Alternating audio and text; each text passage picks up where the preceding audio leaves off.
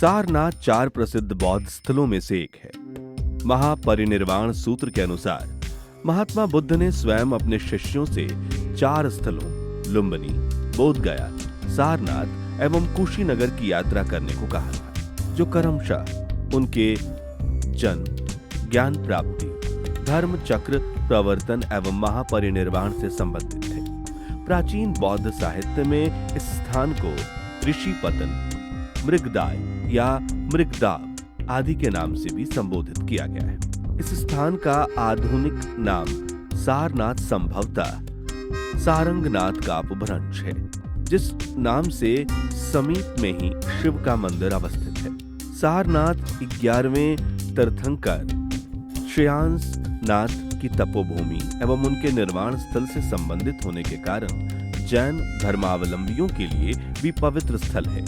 6ठी शताब्दी ईसा पूर्व में बुद्ध ने इसी स्थान पर पंचवर्गीय भिक्षुओं कौंडिय, वप, भद्रिय, महानामा एवं अश्वजीत को मानवता के कल्याण हेतु अपना प्रथम उपदेश दिया, जो बौद्ध साहित्य में धर्म चक्र प्रवर्तन के नाम से प्रसिद्ध है।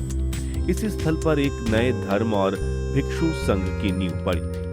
बुद्ध के पश्चात सारनाथ का इतिहास लगभग 3 शताब्दियों तक अंधकारमय रहा। मौर्य काल के सम्राट अशोक ने यहाँ पर धर्म रजिका स्तूप एवं सिंह शीर्ष सहित एकाश्मक स्तंभ का निर्माण करवाया था। उत्खनन के फलस्वरूप शुंग काल, दूसरी प्रथम सदी ईसा पूर्व के कई अलंकृत वेदिका स्तंभ प्राप्त हुए। कुषाण काल, प्रथम द्वितीय सदी ईस्वी में भी यहाँ गतिविधियां जारी रही। गुप्त काल में सारनाथ स्थापत्य एवं मूर्ति कला का प्रमुख केंद्र हो गया। इस काल में चुनार के बलुए पत्थर का प्रयोग बहुतायत से हुआ। इस काल के अन्य स्मारक मूल गंधकुटी एवं धमेक स्तूप है। यह युग सुंदर कलाकृतियों के लिए प्रसिद्ध है। हर्षवर्धन के काल में पूर्ववर्ती भवनों का जीर्णोद्धार हुआ। इस युग में चीनी यात्री वेन सांग ने भी यहाँ की यात्रा की थी।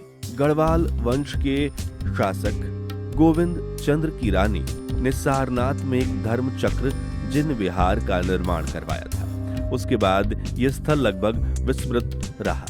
1714 ईस्वी में बनारस के राजा चेत सिंह के दीवान जगत सिंह द्वारा धर्म रजिका स्तूप से ईंटें निकालने के क्रम में उन्हें अस्थियों के साथ संगमरमर की धातु मंजूषा मिली, जिसका उल्लेख बनारस के तत्कालीन कमिश्नर श्री डंकन ने अपने शोध पत्र में किया।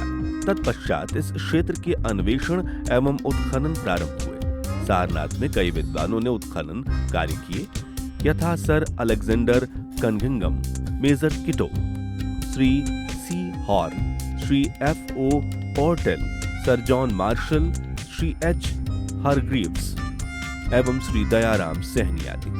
उत्खनन के फलस्वरूप सारनाथ में 3य सदी ईसा पूर्व तक के पुरावशेष प्रकाश में आए। 2013 से 14 में हुए उत्खनन में प्राप्त चारकोल द्वारा यहाँ की रेडियो कार्बन तिथि 694 ईसा पूर्व निर्धारित हुई।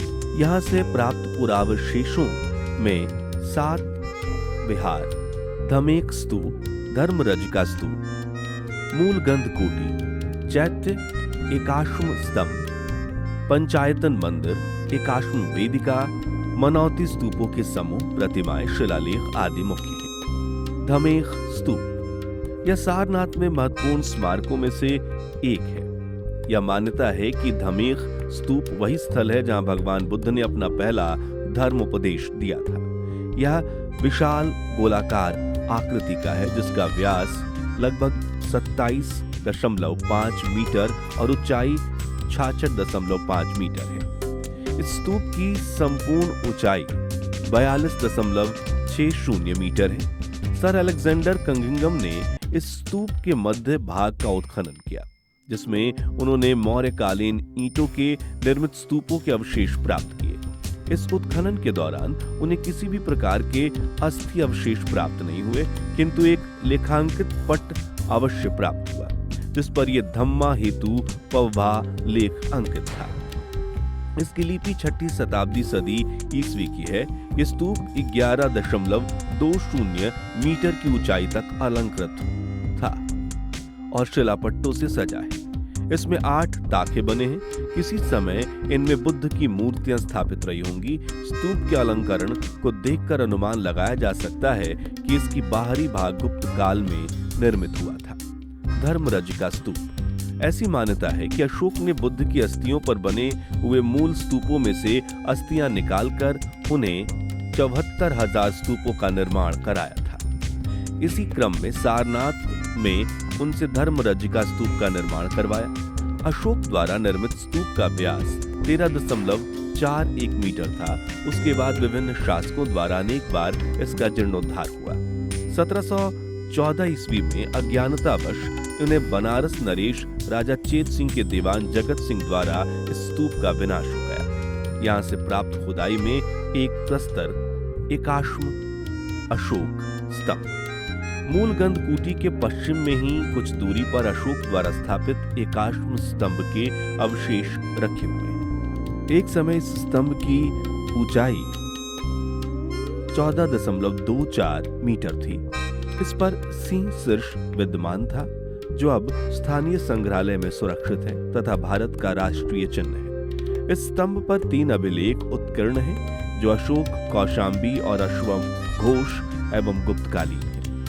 मूलगंध कूटी, इसे मुख्य मंदिर भी कहा जाता है।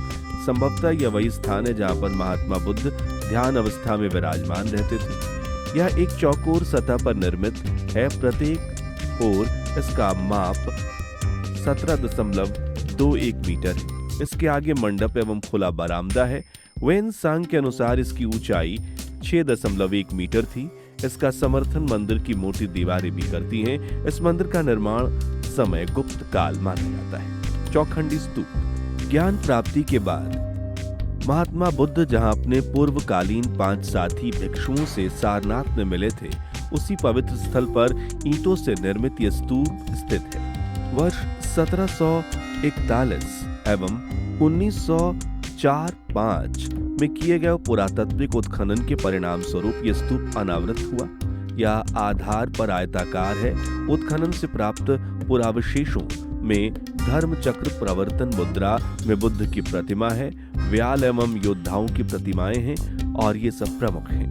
शिल्प कला के आधार पर इस स्तूप को गुप्तकालीन माना जा सकता है। स्तूप के शिखर पर मुगल सम्राट हुमायूं के एक रात्रि विश्राम की याद में राजा टोडरमल के पुत्र गोवर्धन द्वारा 1477 ईस्वी में निर्मित एक अष्टकोणीय मीनार है। मीनार सहित स्तूप की ऊंचाई 24.30 मीटर।